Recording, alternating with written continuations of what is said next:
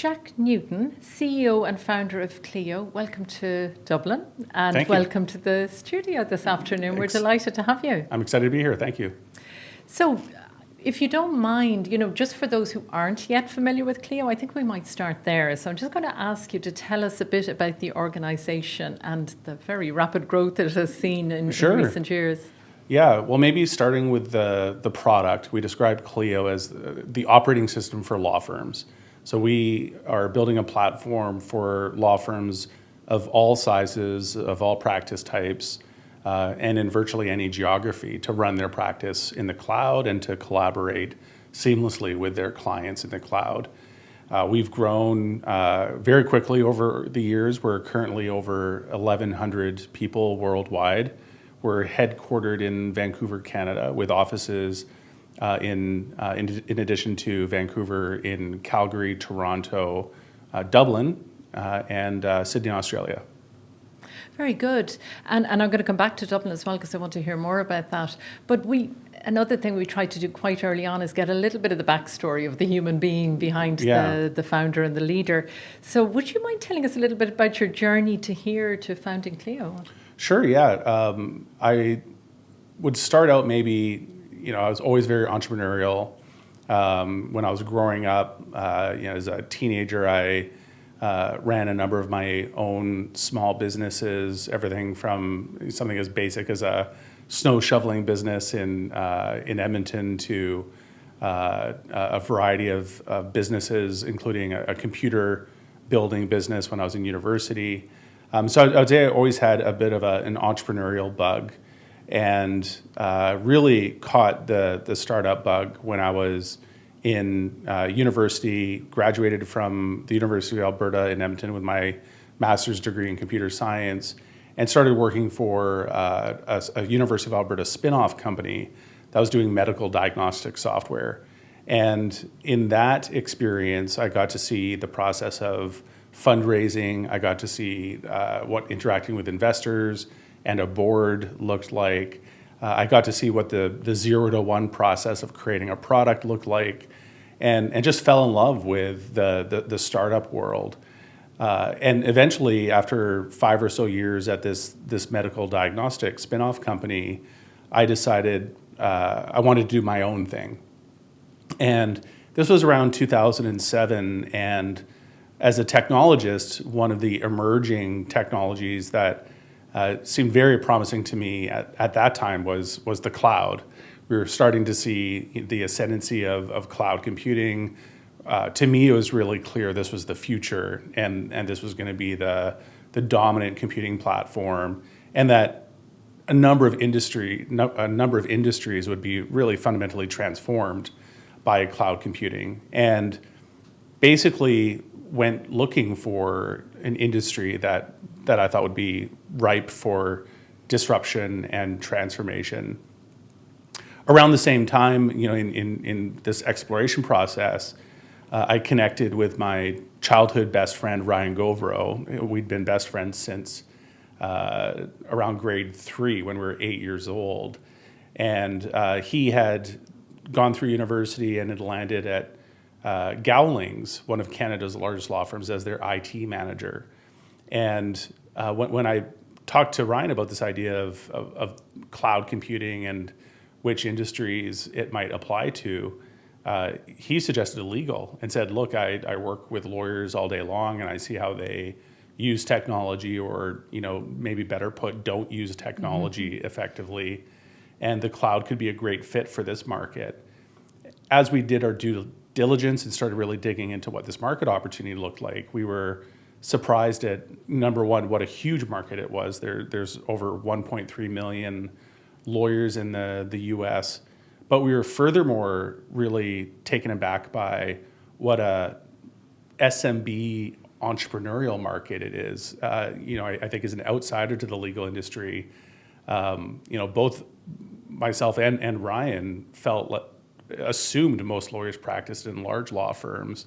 But the reality is, as we soon discovered, that around 80% of lawyers practice in firms of 10 or less, and a full half of all lawyers practice as solos. So it's a very entrepreneurial, even micro SMB market.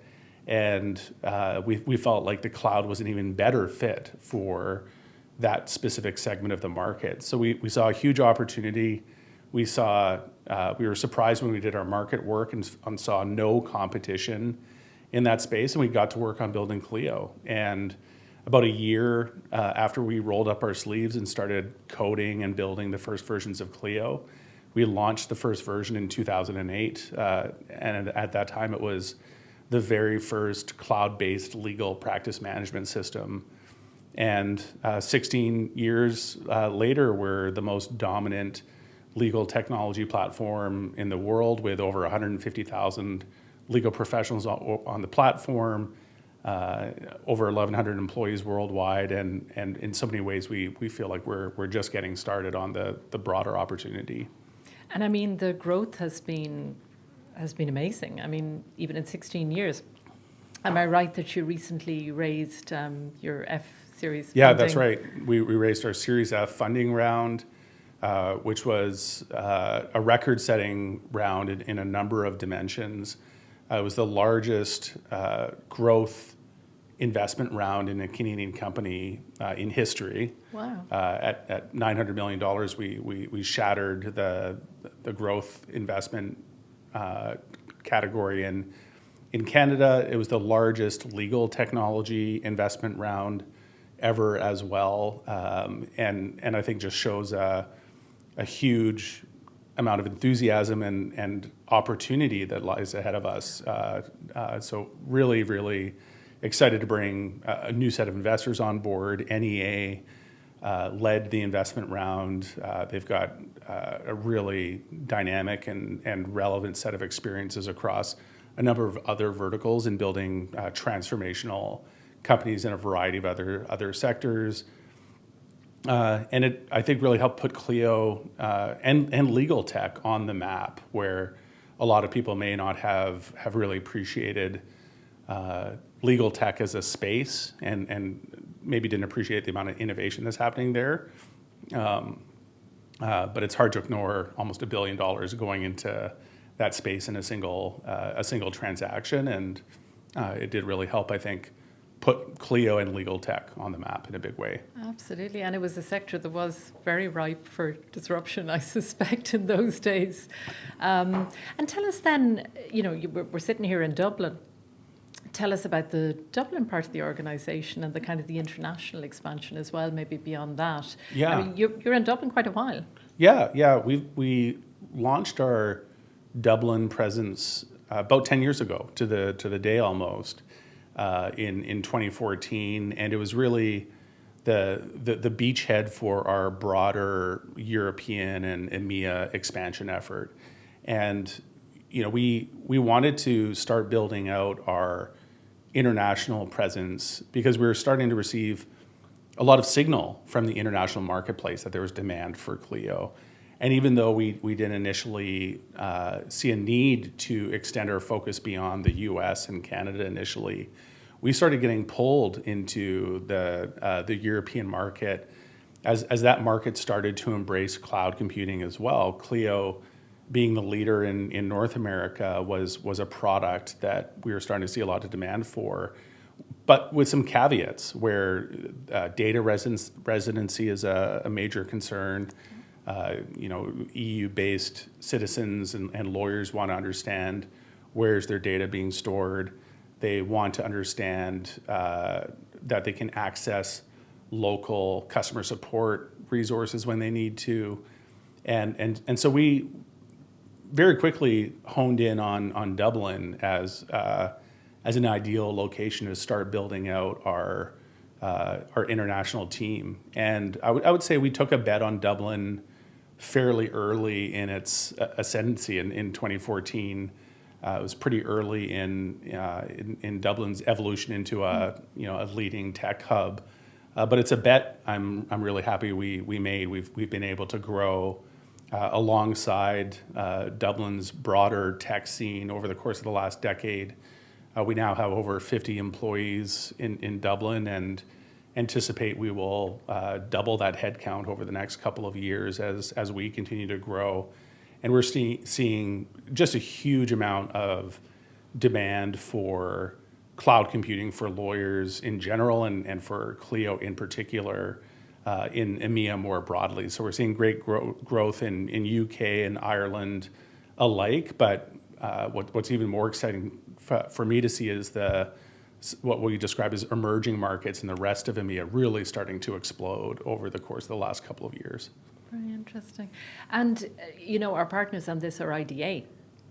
So if you don't mind me asking you, about your initial contact with IDA and, maybe how they support you to this day? Yeah, absolutely. So from the very early days of us evaluating which city and which country we would found our EMEA headquarters in, the short list back in 2014 was Dublin, London, and Luxembourg, and the IDA engaged us really early in that process, and I would say it was single-handedly one of the most important influences on our decision to site an office in Dublin. They really helped us understand the talent landscape here. They really helped us understand how we could build a recruiting engine here. They were helpful even in the tactical stuff like finding an office space and helping us evaluate which part of Dublin we might want to be in and which kind of office spaces would be suitable for our needs. They helped us connect with the local tech scene. Even when we announced our entry into Dublin, I remember they helped line up a big PR event at Web Summit at the time, and me and Ryan both got to meet the Prime Minister and participate in this broader media story about tech coming to Dublin. And over the course of the last decade, they've been very supportive in helping us understand what kind of grant programs might be accessible to us, different ways that the government here can help support our expansion and growth efforts. And more recently, as I mentioned a moment ago, we're seeing very strong demand from these emerging markets in EMEA that the IDA is helping support us figuring out how do we tap into those markets. Are there relationships they can help build and help accelerate our growth there? So they've been a fantastic partner to us over the last 10 years. Good to hear. And tell me then, the technology itself, I suppose I'd like to get into about Clio. If you can tell me a little bit more about the platform. It grew out of the cloud, but I'm assuming there are developments now that are affecting, the platform and that you're using like AI and things like that. Yeah, tell me a little bit about the platform and how it's developing. Yeah, well, it's a completely cloud-based platform. The platform we've built the product on top of is called Ruby on Rails, and we're one of the largest Ruby on Rails applications in the world. Other notable Ruby on Rails applications would be Shopify, for example, and we've been able to really scale Clio to 150,000 legal professionals using this product on a daily basis on that platform. We run the application in the cloud and partner with Amazon and Amazon Web Services to deploy our platform around the globe. One of the benefits to Amazon as a partner is they've got very good coverage of availability zones where we can localize where our application is delivered, and importantly, where our customer data is stored to match and meet some of those data residency requirements I was mentioning earlier. And in the age of AI, as you mentioned, there's a whole new set of considerations for infrastructure as well. So we've partnered with Microsoft and are leveraging OpenAI as well as some of our own proprietary models in delivering our AI solution, which is called Clio Duo, which is an embedded assistant in Clio that allows lawyers to ask natural language questions to Clio. Clio Duo can provide lawyers insights on what matters in their practice and where they should be focusing their time and energy. And it can help them do everything from summarizing a document, analyzing key segments of a document, answering questions about a document, and even helping lawyers draft documents to help streamline those workflows. So AI is Goldman Sachs and others have identified legal as one of the industries that is most ripe for transformation from AI. And at Clio, we're investing very aggressively in that from a product and from an infrastructure standpoint. Yeah, it makes sense with the sheer amount of documentation when it comes Exactly. to, when it comes to law. Exactly. And I was very interested, you were talking about the data residency and things like that. Like, I presume it's a brave enough sector to break into legal because of all the compliance issues and things like that. Were there any particular challenges at scaling, through in the legal? Oh, absolutely. I would say if you rewound the clock to 2008 when we launched Clio, it was anything but obvious that lawyers would embrace the cloud as a means to storing their confidential client data.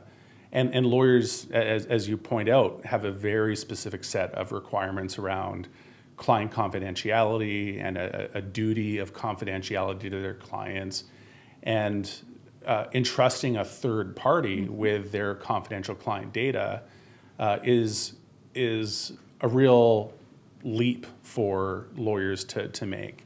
So when we wrote the business plan for Clio, it was very clear there's a huge opportunity ahead of us, but the single biggest business risk that we identified back in 2008 was that lawyers would reject the cloud and just decide to stay on-premise systems. What we believed wholeheartedly in 2008, and I think what thankfully time has proven to be the case, is that for virtually every law firm, for everyone but the largest law firms in the world that have millions of dollars to invest in technology and security, the cloud is a far more secure and reliable way for law firms to store their data than the on-premise alternatives. And that statement was almost heretical in 2008, but today I think it's generally accepted wisdom. And so we did see law firms come along on that journey, but it required a lot of effort on our part. We invested a lot in educating the space on the security and ethics of cloud computing. We worked very closely with law societies and bar associations to educate them on these trade-offs and what a lawyer should undertake in terms of due diligence when they're selecting a cloud computing provider. We wrote white papers. I spoke at every conference I could get an invitation to about the security and ethics of cloud computing, and did help drive that sea change where we have now seen very widespread adoption of cloud in legal, but it took a very deliberate effort. Yeah, it was a different world in 2008. Very different world. Well done for taking the leap of faith. My gosh. And I suppose one of the things I always like to ask as well, because, given that we're in the leaders' room, in your experience of yourself and Ryan, managing this very fast-growing company, are there kind of leadership traits that stand out for you? Are there things you've learned, like if you were advising somebody about good leadership, what do you see as a good leader?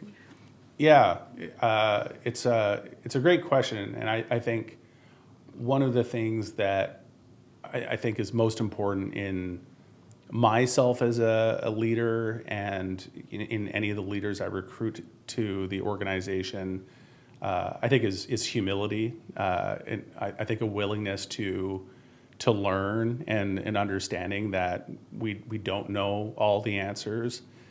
I think that when you're hiring leaders at a company, what you're doing is hopefully hiring a combination of experience. You want people that have seen the movie before and can help you accelerate your growth and help maybe avoid some unforced errors. But at the same time, I'm a big believer in the fact that history doesn't repeat itself, but it does rhyme. So when you bring in these leaders that might have great experience from another company that's had a similar story to yours, you want them to come in and have an open-mindedness around what it's going to take to drive growth and innovation in your company. And again, have a little bit of humility and understanding that they're going to learn something as well. And they might make mistakes, and that's okay. So that's one key trait. I would also say what you're looking for in the startup phase is somebody who can draw the owl is the shorthand we use at Clio. And this comes from an old internet meme that some of your listeners may have seen, but it's a take on an old childhood drawing book that gives you the step-by-step instructions on how to draw different animals. And this set of instructions on how to draw an owl is step one, draw a circle for the head and a bigger circle for the body.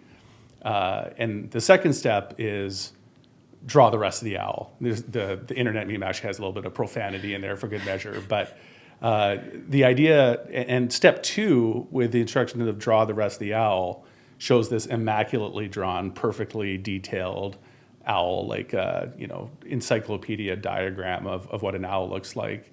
And I think in the startup world, what you're looking for in your leaders, and what you're looking for, I think, even in your individual contributor employees, are people that can draw the owl, people that can take the broad strokes and just go figure the rest out. And you just don't have time to handhold or micromanage or stay on top of people through the day. You need to count on people taking an ambiguous task, maybe an open-ended task, and running it down. And of course, holding up their hand when they've got a question or need help. But this idea that you're able to draw the owl, I think, is a really crucial leadership trait. So I would say humility, a growth mindset, and being able to draw the owl are the three leadership traits to look for. I love that. I'm going to quote you on definitely in the future, the draw the owl. I love that. And I mean, looking at the future, I mean, what are the, we mentioned AI there. It's clearly going to continue to impact the industry, particularly the cloud and all the rest of it. Are there other technologies that excite you and that you see impacting your sector and other sectors in coming years?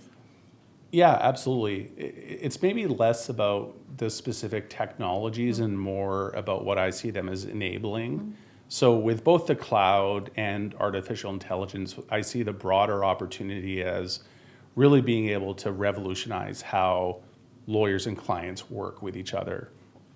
And importantly, where lawyers are spending their time. And I think with lawyers, as with many industries, there's some gnashing of teeth and anxiety around what does the cloud and what does AI mean for me? Does this potentially mean I get displaced? Do I get automated out of existence? Do I not get to work on some of the stuff I love to work on anymore? And our view is very much that all of these technologies will help lawyers move up the value chain and really focus more on their client needs and frankly focus on what humans are best at. And AI and the cloud and automation more generally will help automate away some of the drudgery and I think some of the more mechanical aspects of what lawyers spend a lot of time on, but frankly don't love doing. And ultimately, I think when you look at the history of technology, whether it's the mechanical loom or the assembly line or AI, what this ultimately helps us do is expand the reach of our products and services, make these products and services more accessible to more people, and allow us as human beings to be more productive in creating those goods and services.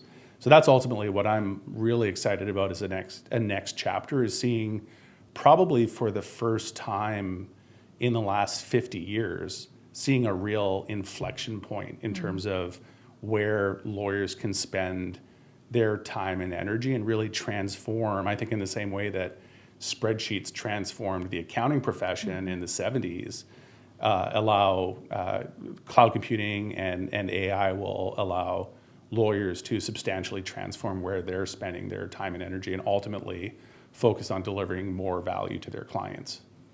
Amazing. And I wish you luck with it. And thank you so much for coming in and being with us today. Thanks for Wonderful to having meet me. you. Likewise.